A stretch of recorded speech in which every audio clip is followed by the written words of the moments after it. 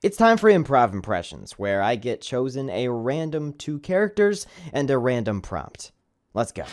Hello, kids. I'm Dr. Zoidberg. I'll be helping you out today. Hi, Dr. Zoidberg. I'm Carl Wheezer. What seems to be the problem, Carl? Well, as you can tell, I kind of fell and scraped my knee really bad while Jimmy and I were working on a Kashubadooder. What's it? Thingy bobber. I see.